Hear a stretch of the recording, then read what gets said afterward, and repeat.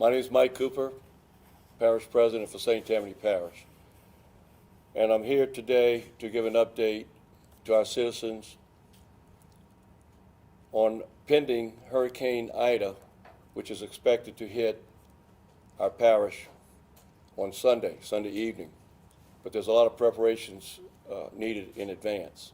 With me today on the podium is Captain Brady with the St. Tammany Parish Sheriff's Department, Dr. Chuck Preston, our coroner, Clarence Poe, Director of Emergency Management and Emergency Preparedness for St. Tammany Parish, Warren Montgomery, District Attorney, 22nd Judicial District, and Jay Watson, Director of Public Works for St. Tammany Parish. I want to thank members of my staff for being here and members of the media that are covering this event this afternoon. Wow, we've got just about 48 hours left to prepare for what may be a Cat 3 hurricane hitting our parish. We've been preparing for the past day or so since we first learned of a possible storm coming this way.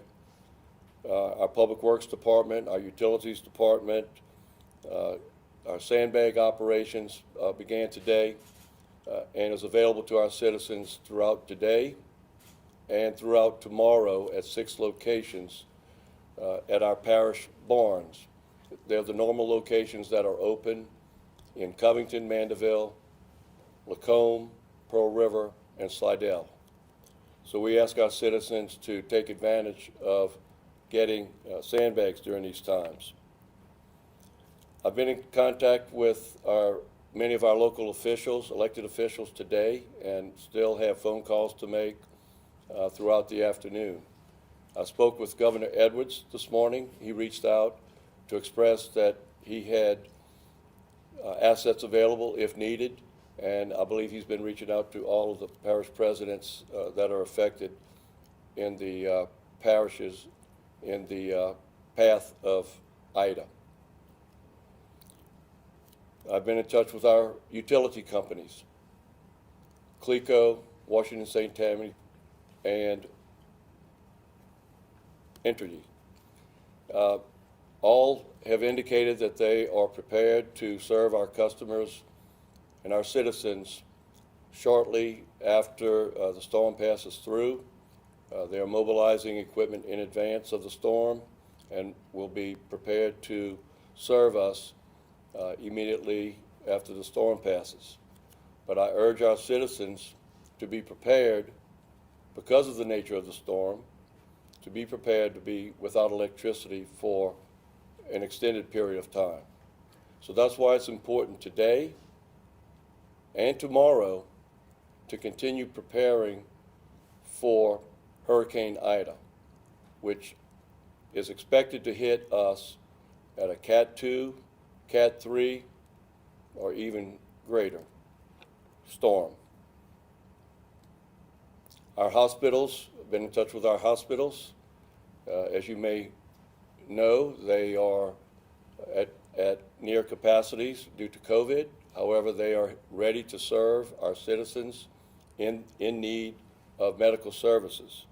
The ERs will be open, and urgent care facilities will be available to serve our citizens. 911 is the number to call for any type of emergency now and even during the storm. But please be prepared with food, water, batteries, medical supplies that you may need not only now but for an extended period of time after the storm passes. Through experience, we know that a storm such as this may have roads not passable and electricity out for an extended period of time.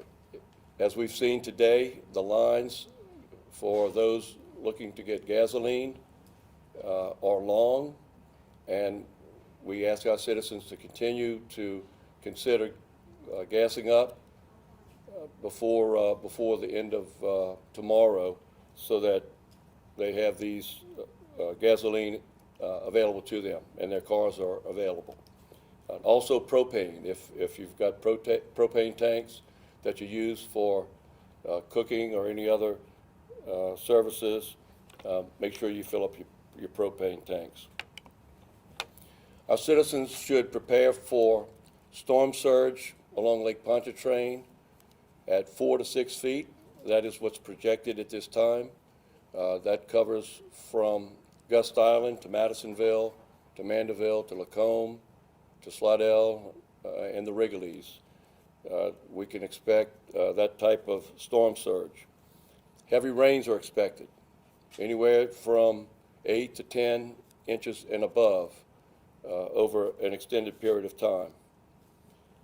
Local roadways, of course, that normally are inundated, we can expect that as well due to the heavy rains and the storm surge, particularly along the southern part of our parish.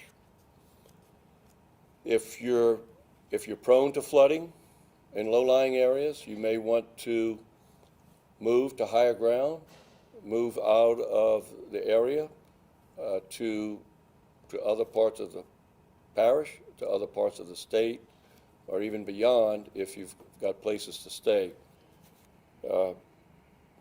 There'll be a short window of opportunity to make an evacuation, so you should make those decisions now.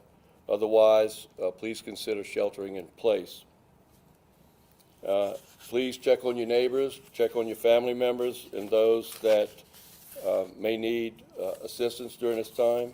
It's important that you do so. I've been in touch with our local school system. Superintendent Frankie Jabbia and I spoke earlier today. They will have schools closed on Monday, and further notice will be sent depending on the impact of the storm with regard to future closings. They will actually, the campuses will be closed effective today at midnight for all activities on the school campuses.